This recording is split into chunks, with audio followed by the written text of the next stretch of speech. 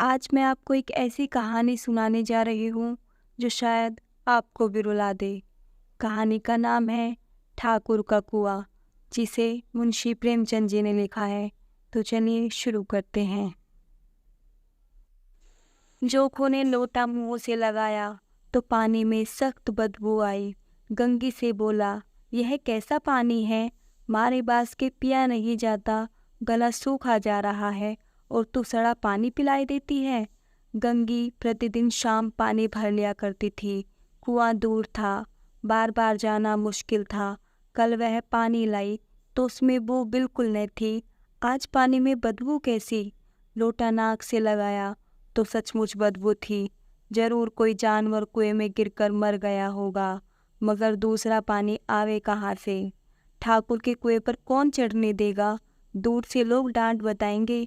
साहू का कुआं गांव में उस सिरे पर है, परंतु वहां भी कौन पानी भरने देगा? कोई तीसरा कुआं गांव में है भी नहीं। जोखू कई दिन से बीमार है। कुछ देर तक तो प्यास रोक के चुप पड़ा रहा, फिर बोला, अब तो मारे प्यास के रहा नहीं जाता। ला, थोड़ा पानी नाक बंद करके पी लूं। गंगी ने पानी न दिया।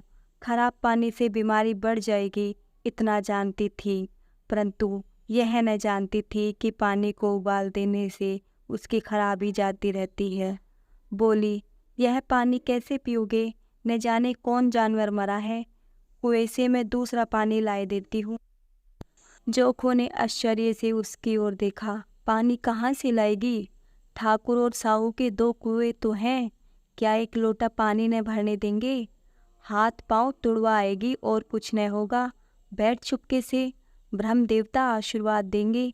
ठाकुर लाठी मारेंगे, साहू जी एक के 5 लेंगे। गरीबों का दर्द कौन समझता है? हम तो मर भी जाते हैं तो कोई द्वार पर झांकने नहीं आता। कंधा देना तो बड़ी बात है, ऐसे लोग कुएं से पानी भरने देंगे? इन शब्दों में कड़वा सत्य था। गंगी क्या जवाब देती, किंतु उसने वह बदबूदार पानी पीने को न दिया। रात के 9 बजे थे। थके मांदे मजदूर तो सो चुके थे। ठाकुर के दरवाजे पर 10-5 बेफिक्रे जमा थे। मैदानी बहादुरी का तो अपने जमाना रहा न मौका।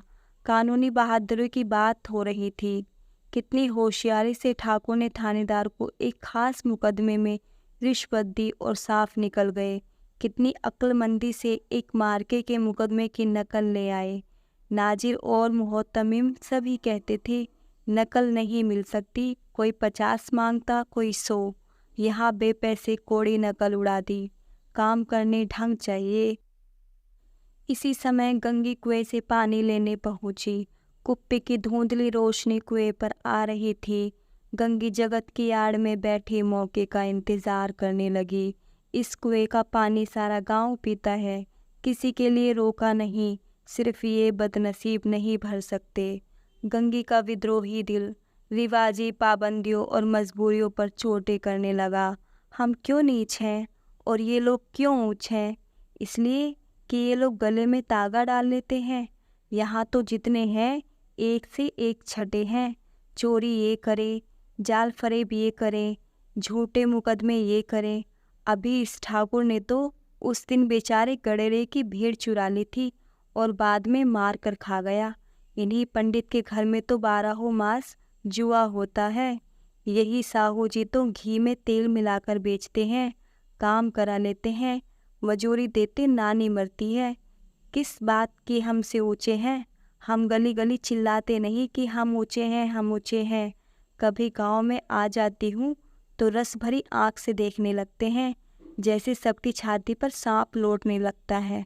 परंतु घमंड यह है कि हम ऊंचे हैं। कुएं पर किसी के आने की आहट हुई। गंगी की छाती धक धक करने लगी। कहीं देख ले तो गजब हो जाए, एक लात भी तो नीचे न पड़े। उसने घड़ा और रस्सी उठा ली और झुककर चलती हुई एक वृक्ष के अंधेरे साए में जा खड़ी हुई। कब इन लोगों को दया आती है किसी पर? बेचारे महंगू को इतना मारा कि महीने लहू थूकता रहा, इसलिए तो कि उसने बेगार ने दी थी। इस पर ये लोग ऊंचे बनते हैं। कुएं पर स्त्रियां पानी भरने आई थी। इनमें बात हो रही थी, खाना खाने चलो। और हुक्म हुआ कि ताज़ी पानी भर लाओ। घड़े के लिए पैसे नहीं हैं। हम लोगों को आराम से बैठे देखकर जैसे मर्दों को जलन होती है।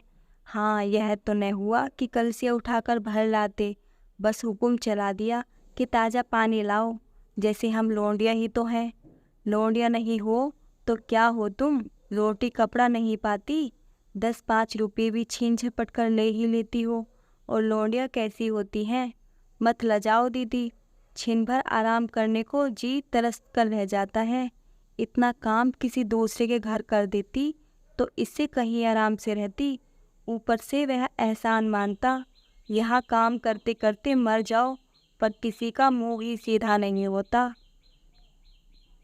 दोनों पानी भरकर चली गईं तो गंगी वृक्ष की छाया से निकली और कुएं की जगत के पास आई। बेफिक्रे चले गए थे।